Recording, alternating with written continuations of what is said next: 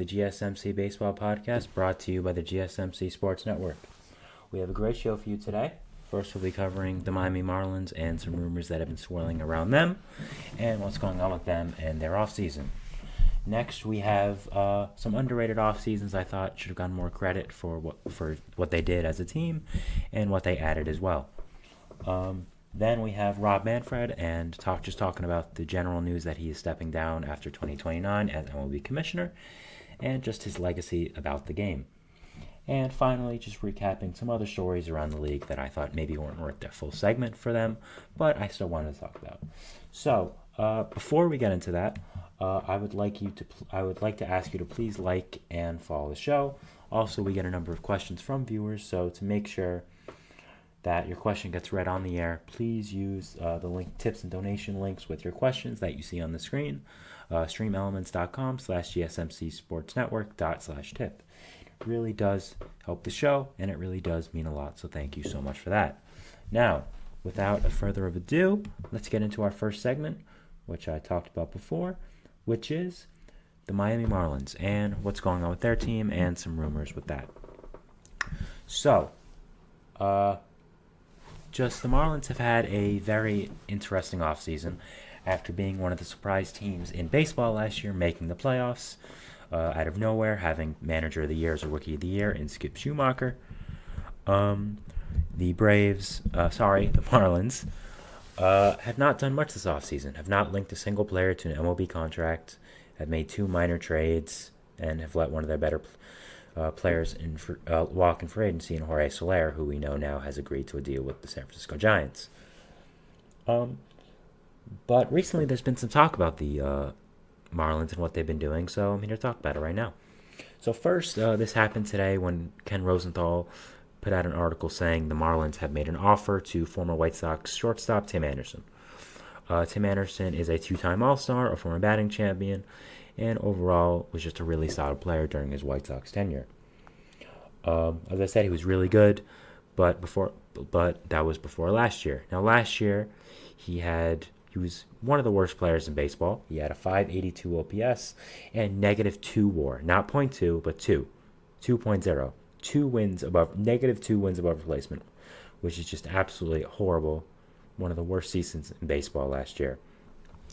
So, obviously, I think it was time for both Anderson and the White Sox to move on from each other, so he hit the market after his option was declined. I think the Marlins make a lot of sense as a fit for Tim Anderson here. The Marlins need a shortstop, and obviously that is what Tim Anderson is. He's had some problems in the past. Before this season, he hasn't been the best defender. He doesn't walk much, but one you can always count on him to do his hit. Now, batting average to me isn't a great stat. It isn't the end-all be-all like a lot of fans would like it to be. But winning a batting title, I think, is still impressive. It's not as impressive as it once was, but it still is an accomplishment. He's finished top 10 in MVP before. He's been a 2-time All-Star, so it's not like he was some bum. He was a very good player. Last year was really, really bad, but it still wasn't horrible. So I think this fit would make a lot of sense for a few reasons. I think when you're looking at Tim Anderson, where he is in his career, he probably wants to start at shortstop for a team that doesn't have that much attention on them. Right now, the Marlins have as little attention as you can get. Obviously, the Marlins, first of all, they play in a smaller market. They're not as captivating as a team as other teams right now. So I think Anderson going to a place like this, that team that clearly needs a shortstop, and maybe doesn't have the most pressure on them, maybe stays away from the lights a little bit, is a nice way to solidly rebuild his career. Right now, Miami has John Birdie starting at short, who, no offense to John Birdie, he's not a MLB caliber starting shortstop. He's a fine player, fine utility guy, fine guy that can just really annoy other teams. I know he annoyed my Mets a lot on base passes the past few years. But Tim Anderson, I think even with his struggles last year, he would be a clear fit here, and he would be a clear upgrade.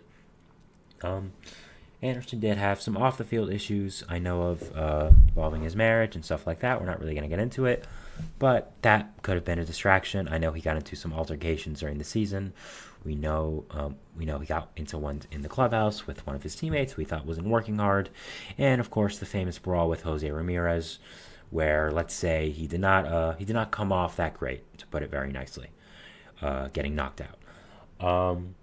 So maybe though, and also just looking at the White Sox, they're just not a winning environment right now. We know they're trying to tank, they're not trying to be very good, and maybe he saw that and didn't have as much motivation as he usually would.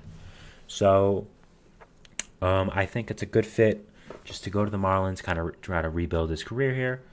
So I think it makes a lot of sense.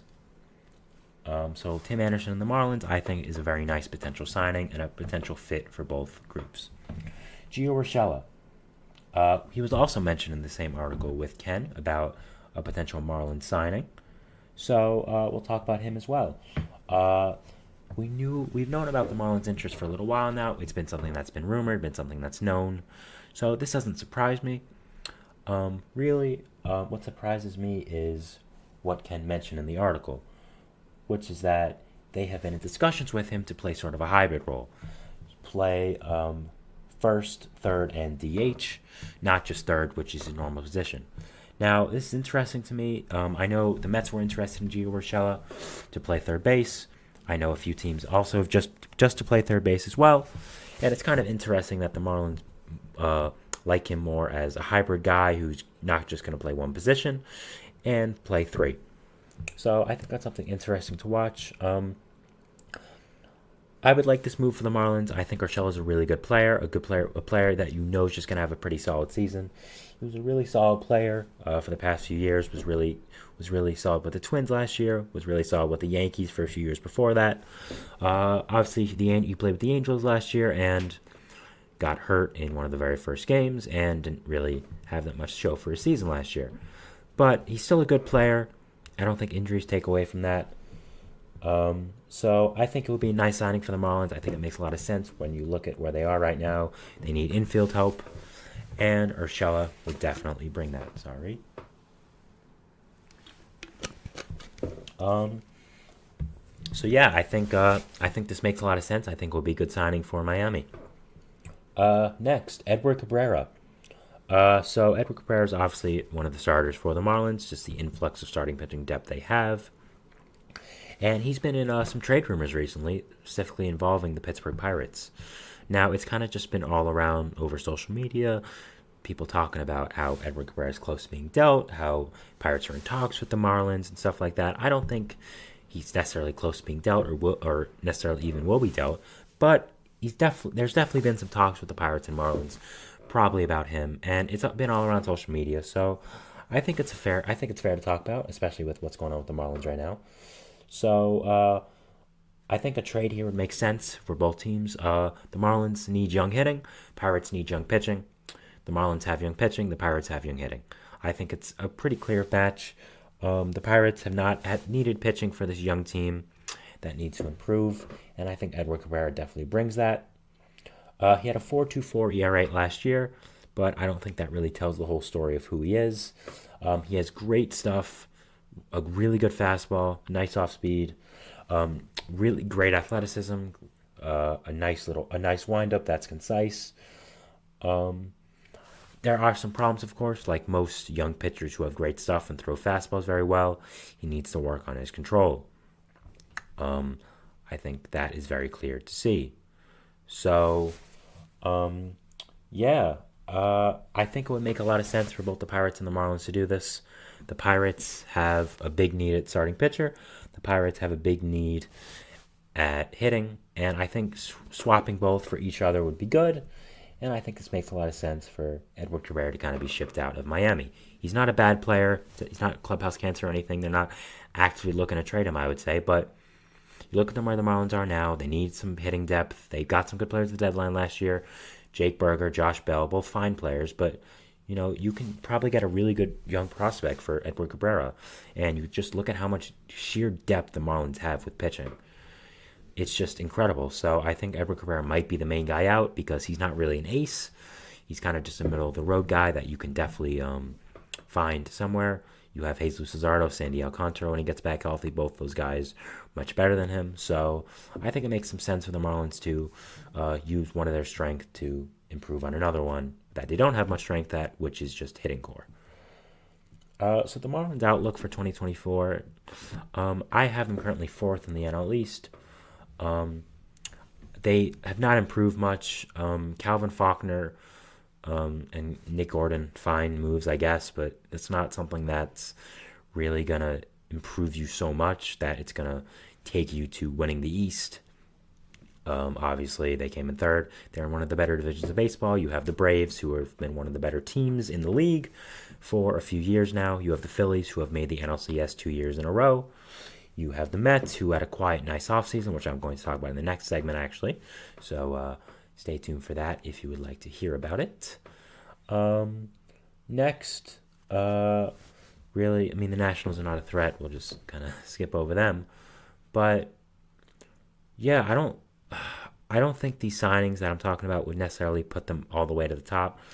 But I think the Marlins have a nice future.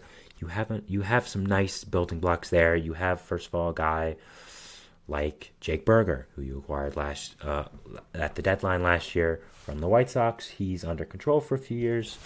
One of the better power hitters in baseball, I'd say. Doesn't do much else, but he can hit bombs, and I think that's something you really need. So I think he's a good kind of core piece for the Marlins right now, a guy to build around. Jazz Chisholm, maybe not the best stats and kind of hurt a lot, but he's someone you can definitely build around. He still is really good, really talented. The Marlins, he's definitely very marketable for them. He was on the cover of MLB The Show this year. He's a guy that's very active, very colorful with his emotions, kind of just a really fun guy and a nice guy to build around. He's also he's very selfless. He was a second baseman, of course, but last year he moved to center field because the Marlins thought it would be better for the team. He didn't hesitate, and what he said was, I'll win a Gold Glove there. So I think teams always need a player like that who's selfless, putting the team above himself and really wants to win. That's what Jazz Chisholm is to me, a guy that can still develop, be much better than he is, and I think can be a really good player for the Marlins for a long time, and also kind of be someone to build around. So I think that's what you look for with the Marlins right now. Just to recap a little bit, Tim Anderson, I think will be a really nice signing for the Marlins. I think makes a lot of sense. He's a good fit there, and when you look at the team right now, it makes sense for both the player and the team. So I would look at that as a very intriguing and potential fit. Gio Urshela, same thing. I think the Marlins need more infield depth. Gio Urshela is really good. He's one of the better guys in the free agent market right now. I think it makes a lot of sense for the Marlins. So I would look at this as a really nice fit, as something that I would like to see come to fruition for both the team and the player. Edward Cabrera, potential trade for the Marlins, trade target for maybe the Pirates or some other teams that could use young pitching. Maybe the Yankees have been mentioned before, the Orioles as well. But I talked about the Pirates a little bit, and how it would make sense for both teams. So I think this makes sense for both teams, and again, I think he has a lot more in the tank and a lot more than his stats show. The Marlins, I think they have a good future, but as of right now, they're definitely in a rebuilding phase because of the lack of what they've done this offseason and what their division looks like. So that was my first segment.